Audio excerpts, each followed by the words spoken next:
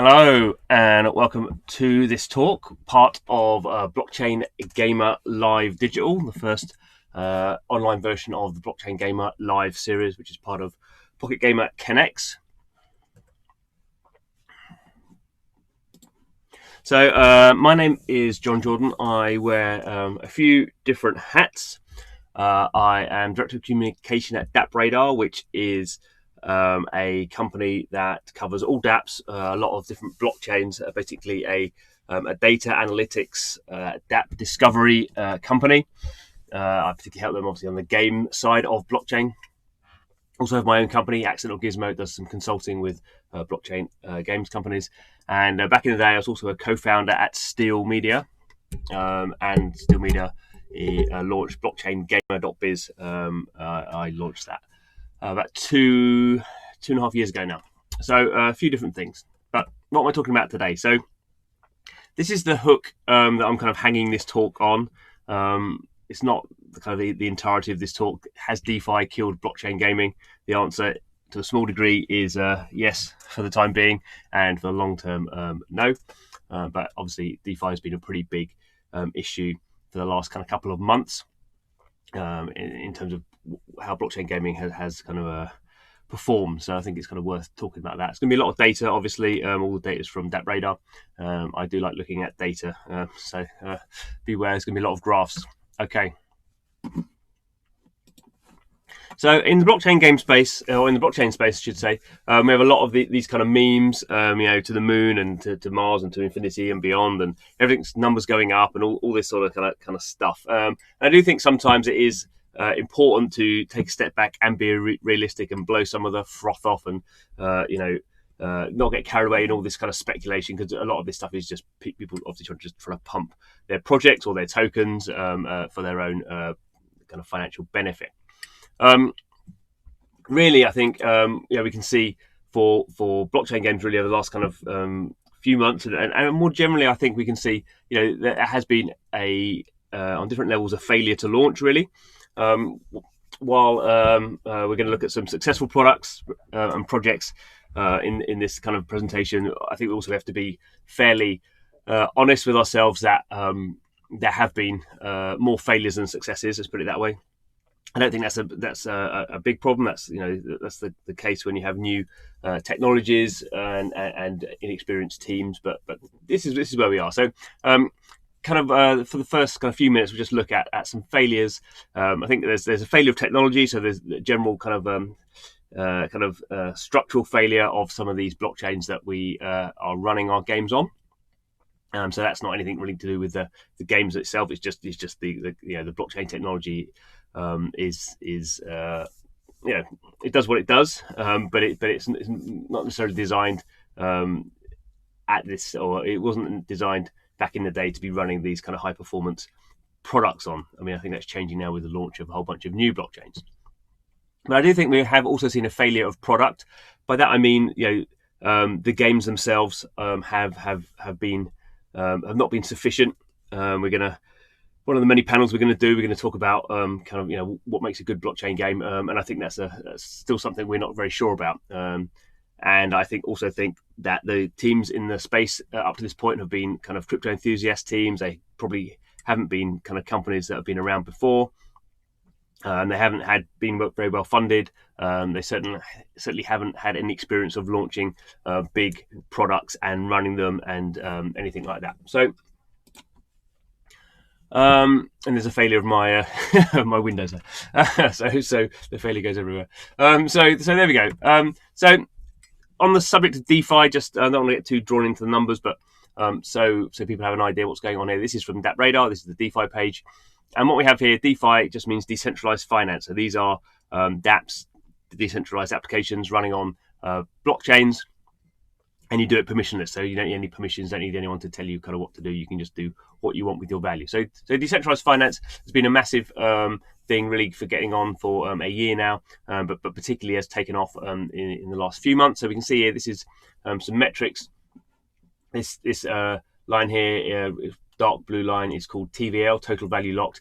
This is looking at the total value of tokens locked in all these DeFi dApps. So these DeFi dApps tend to have the option that you can lock in some tokens, then you get something out the other end. You can take a loan, or maybe get some other kind of tokens, and then you can do something else, do some investments with those, or other such things. So we can see here it goes from about under $2 billion in early June up to $8 billion worth of value. And this TVL line it's dropped off a little bit recently, down to 6, but it's still $6 billion from $2 billion, so obviously gone up 200%. We have this other line here, this adjusted TVL line, and this just strips out the increase in token values, because it's all measured in dollars. And when this kind of the TVL goes up, then the tokens that underpin these dApps also go up in value, and that kind of you're double counting the value. So this is just showing the value of the tokens going in there. But it doesn't really matter. All that matters is we can see there's been a big jump in the amount of value in these systems, and that has gone on to create this issue for Ethereum. So all the DeFi stuff is happening really on Ethereum. Other chains are trying to kind of get in on the act, but the vast majority, 99% of this, is happening on Ethereum blockchain. And for Ethereum, it's a proof of work blockchain, or they're moving to proof of stake. And every transaction that you need to put through the system, you need to pay this small, or what was a small gas fee. And we can see here at the start of the year, these small gas fees are 10, 20. They're measured in this country called Gwei.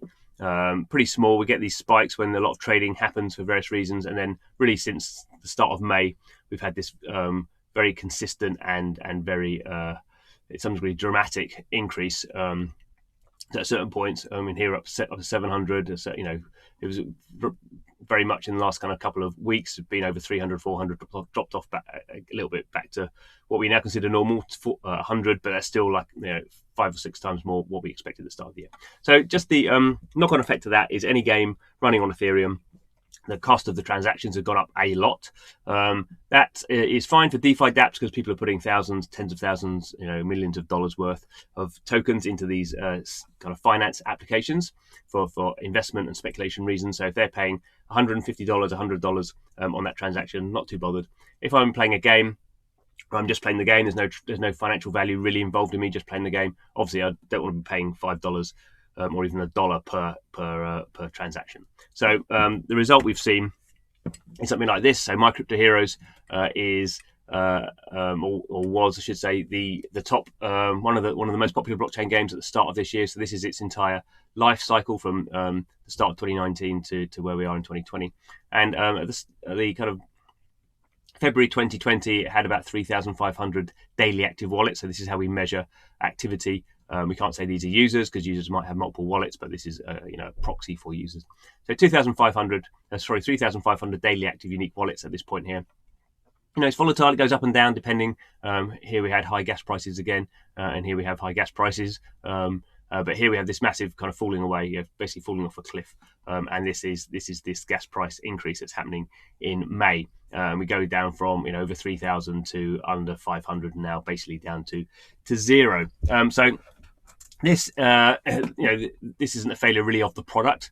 This is a kind of failure of the technology, the underlying technology of Ethereum. Again, we can see this similar kind of experience. It's a game called 0x Universe, again, been around for quite a number of years. Doesn't have the same kind of clusters as My Crypto Heroes. Actually has quite expensive smart contracts, so the gas is always very susceptible to gas fees, the price of them, and we can see up and down a lot. It goes back basically down to zero here in September 2019 when we have high gas fees for the first time, builds up again and then falls off a cliff again back to zero. So these games are still going.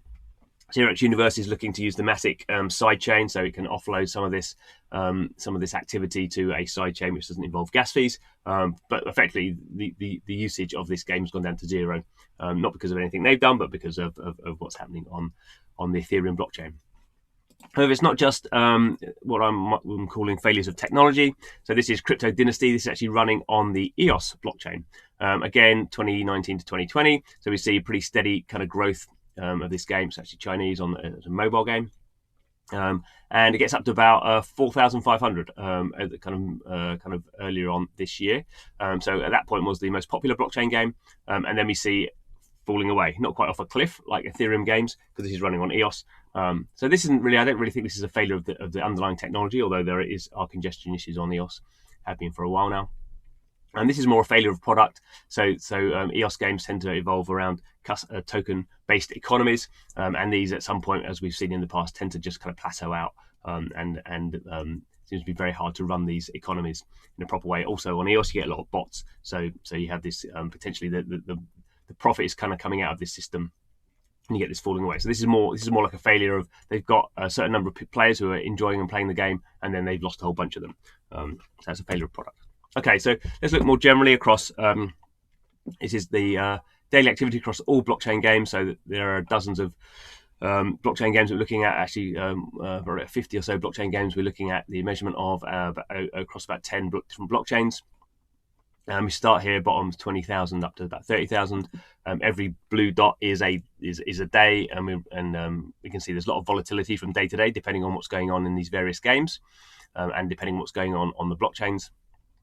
We can get some better idea of what's going on in terms of these trailing 90-day and trailing 30-day averages. So in red here we have a trailing 30-day, and in blue, in green, trailing 90-day to get the trends. Obviously the trend is very clear.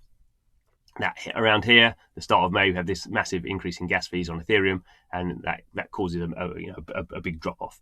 There's kind of bounces back a little bit since then, but basically we've gone from a peak of 30,000 down to up from a kind of a nadir of about 20,000 up to about 23,000 now. So if you look at the individual blockchains, we can see Ethereum in green here, over 10,000 daily active unique wallets.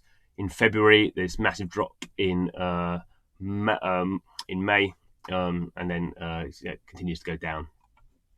On EOS, we have the blue line here. So again, in June, it was doing about 10,000 at a peak, and then we see, as we've seen before, Crypto Dynasty drops away, and we see a decline in EOS. So this is what's happened to the two major blockchains where games have been running. Neither of them have done well this year, but it's not all bad news. So we can look at this line here, Steam and Hive, and go and look at that game. There's one particular game that is running on those. So here we have Splinterlands. So if there's one game I would consider the kind of poster child for blockchain games, at the moment it is Splinterlands. So it's been around for a couple of years. It used to be called Steam Monsters, and it used to run on the Steam blockchain, as we saw. Now it runs on the Hive blockchain. But if we look at the daily active unique wallets, we see a very characteristic growth. So that's nice to see. Again, we have the trailing 30 and 90-day averages to kind of confirm that growth. We have some volatility around the end of May. That was when it was switching from blockchains. I won't go into all the reasons why it did that, but we can see here it was growing on Steam, and when it moved to the Hive blockchain, it actually accelerated its growth somewhat. So there is growth there. Also interesting to see, every 2 weeks we have a spike here, and this happens because every 2 weeks there is a leaderboard competition that closes. So every 2 weeks this leaderboard competition closes, and on the last day of the competition closing, everyone's playing like mad to get higher up the leaderboard to get better rewards. So with this kind of data, it's good that we're kind of reflecting this sort of behavior that we'd expect to see. So we can see here, we're almost up to 7,000 daily active unique wallets at the moment. Obviously, tiny compared to non-blockchain games, but in a sense, I think this shows that a well developed and well run game with a strong community doesn't have to go through kind of a kind of boom bust cycle. If we want to look at Splinterlands, if you haven't played it, I thoroughly recommend that you do so. It's very easy to play. You just need a password and an email. There's no setting up of wallets. You can go through all the wallet stuff, but if you don't need to start with, it's free to play. Although you have to pay $10 if you want to get into the kind of core bit of the game, but you can experience the first bit for free. And it is a trading card game, a bit like Splinterlands, a simpler version of Splinterlands, I guess. These are some of the cards. So we have the typical kind of speed and attack, and so it's mana cost, attack, speed, and health, and different kind of splinters, different kind of grouping of cards. And this is what the kind of main page looks like. So you see this season ending counting down. We're seeing the rewards that I've got here. This kind of seeing obviously so everything runs on the blockchain. So we've got a battle log here of the last game I played that I beat this person called Fogel, and we can see the different kind of scores, rankings that we've got. And finally, here is the marketplace. So the main thing with blockchain games, one of the key advantages is you have this ability to own your items and trade them with other players. So here we see some of the cards. The nice thing about Splinterlands is it doesn't have this kind of slightly over the top thing that other games have, where you have cards worth tens of thousands of dollars, and it feels a bit out of touch of the ordinary player. So these cards here, this is the most expensive kind of base card. It's $12. When you level them up, they can be worth more than that. But basically, these are the most expensive cards, and they are not particularly expensive in the big scheme of things. And we can see here, 24-hour volume, it's $5,000. So it's not a kind of massive game. It's not making anyone into a millionaire, but it is just a really well crafted, really good game. Also, should point out here, it has its own cryptocurrency. So this number up here is DEC, 527 almost DEC, and that is the dark energy crystal, and you earn that in the game for if you win a bout against someone else, you get some of this. You can burn your cards if you don't want them. You can burn them back and get DEC out. You can use this to buy other cards, and also this is other currency credits, and you can buy that with PayPal, with cryptocurrency. And you also use that to buy cards. So you have this blockchain to secure everything on the blockchain, and to secure all the gameplay on the blockchain, but also a cryptocurrency as well. So it's using blockchain in a full way. Okay, so another game that has been successful, and this actually runs on the Ethereum blockchain. So this is interesting, as I've been pointing out, the Ethereum blockchain has had all these problems with gas fees, but here is a game running on Ethereum that's seen this massive spike. So what's going on here? Again, it is related indirectly to DeFi. So Axie Infinity, kind of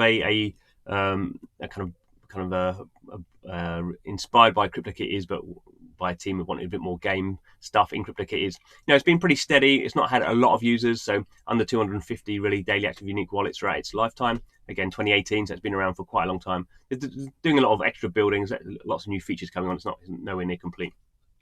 But here we have a couple of months ago this massive spike in users. So over 1,000 daily active unique wallets. The most ever. I mean, pretty much everything is the most ever here. So what's going on here? Because we know the gas fees are very expensive. So why are people happy to spend these gas fees to play the game? What we see here is this is a price chart for Small Love Potion, and Small Love Potion is one of the tokens in Axie Infinity. So when you win a battle in Axie Infinity, you get some Small Love Potion. And Small Love Potion is required if you want to breed your Axies together to make more Axies. And obviously, if you breed more Axies, you can go and sell them. So this is kind of it's a utility token, a pretty key component of the core loop. And what happens is we see, you can't really see, it's basically worth nothing. It's basically worth 3,000ths of a US dollar. And then it goes up to 20 cents, spikes up, and then kind of comes down and bobbles around a little bit.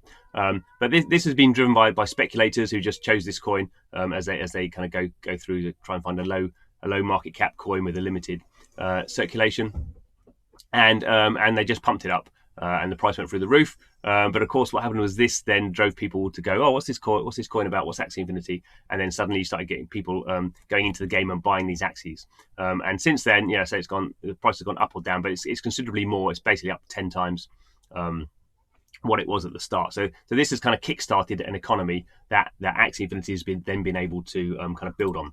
So we can see here, this is the dashboard from the site, and we can just see what's going on in terms of trading.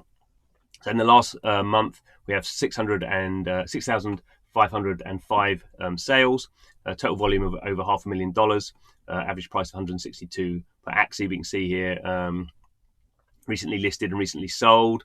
So we can see the price of some of these, and a bit different to Splinterlands. Also, there is other things than Axies. There's land as well, and items that go on the land. That's for part of the game that's kind of coming later. Here we can look at, this is the marketplace, and we can see here, this is the lowest price. So the lowest price actually, when I took the screenshot last week, was $18. So we can see here that a lot of people coming into this game have started to kickstart this economy. The small love potion again has ended up actually being a something that people are playing to earn, and we're starting to see a very small game suddenly double in audience, just because it's not something it was involved with at all. It kind of indirectly people used it, but then it's managed to sustain that audience and kind of capture some of that value and use that to grow. So I think this is a good example of kind of a successful product. It was built in the right way, is being built in the right way, and we can kind of get an idea of how growth will happen for these blockchain games, I think, in the future. I should point out also Axie is building its own side chain, so it won't be kind of constrained by the what's going on with Ethereum at the moment. Okay, we've had a quick look at kind of what's been successful, what's not been successful at the moment. Let's have a look quickly at what's coming next. So these are just a few kind of projects that I think are interesting. Lightbringer is a game from a German developer called Sipsoft. Not particularly well known, but has been running its own non-blockchain games for about 20 years. So it has one called Tibia, which is a mobile and PC online game. Been pretty successful from a very small kind of startup team. They kind of really built their way up. They know what they're doing, have a very strong user base, and they've come up with this game, Lightbringer. What's interesting is it runs on the Litecoin blockchain. So as far as I know, it's the first game to run on the Litecoin blockchain. Is actually live now. They're officially launching it tomorrow. This is what it looks like. I mean, it's pretty hardcore RPG, I will say. So you create these characters. You can see here, and then you can kind of different kind of the typical 3 RPG character classes. Then you can evolve them up into other more specialized kind of characters. I mean, you see a lot of stats here already. You send these characters out to do quests. So here's some quests you might do, and when you complete a quest, if you complete it, you get these drops. So this is a gear quest where you're dropping all this gear. Then you equip the gear to the character to make them more powerful. Then you level up the gear to make it more powerful, and level up the character, and you can do more quests. So it's very kind of grindy from that point of view. The point of it running on the blockchain is that it has an in-game economy.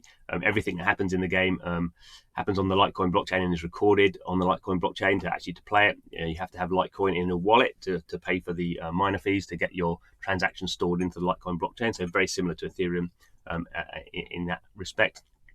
But the point, key point, as I've said already, for these blockchain games is they have a in-game marketplace, and this is not happening between the developer and the players as we currently see.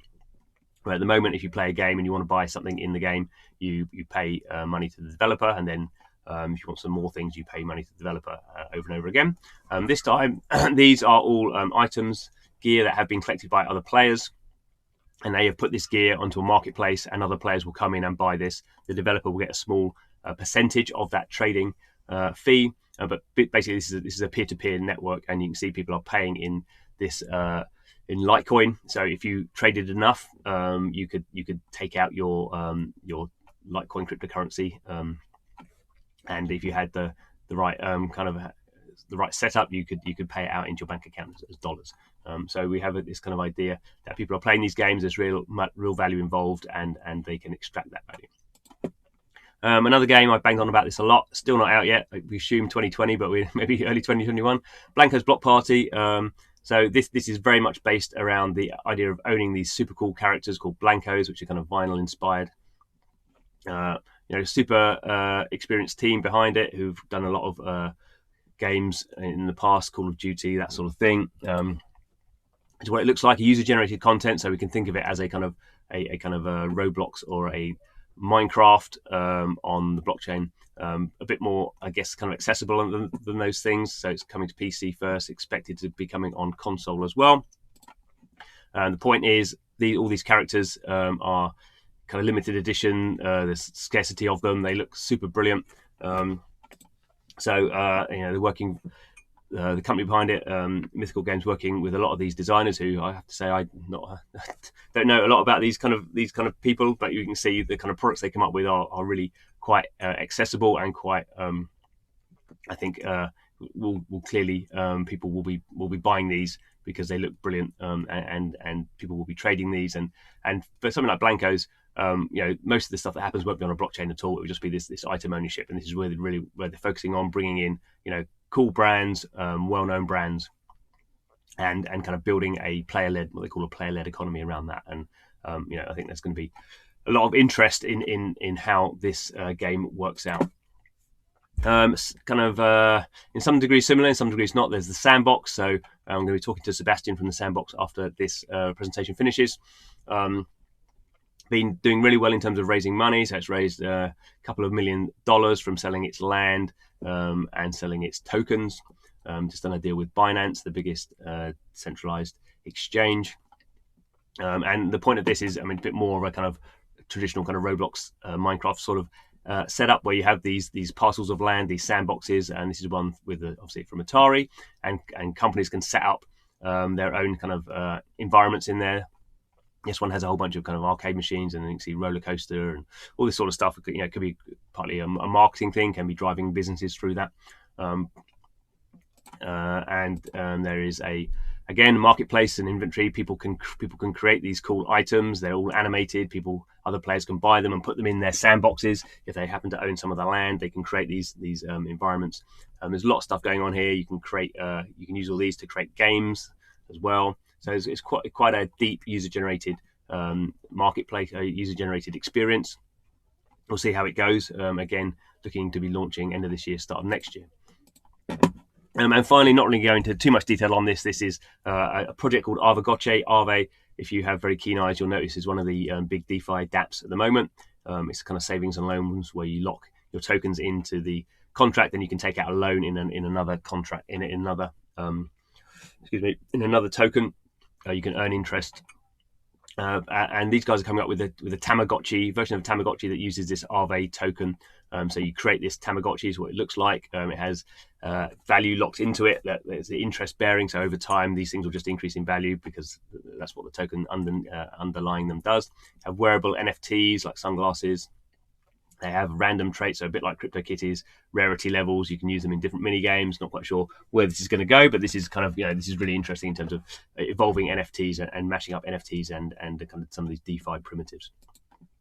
So I do think the future is bright, despite my kind of early it wasn't really pessimism, it was my early kind of realism of where we have been so far. I don't think any of us would be in this sector if we didn't have very strong views on how pervasive blockchain gaming will be and how important it will be to the overall gaming sector over the next kind of 5 to 10 years. But hope you found that kind of useful. If you want to get hold of me, there are my details. But thank you very much for listening.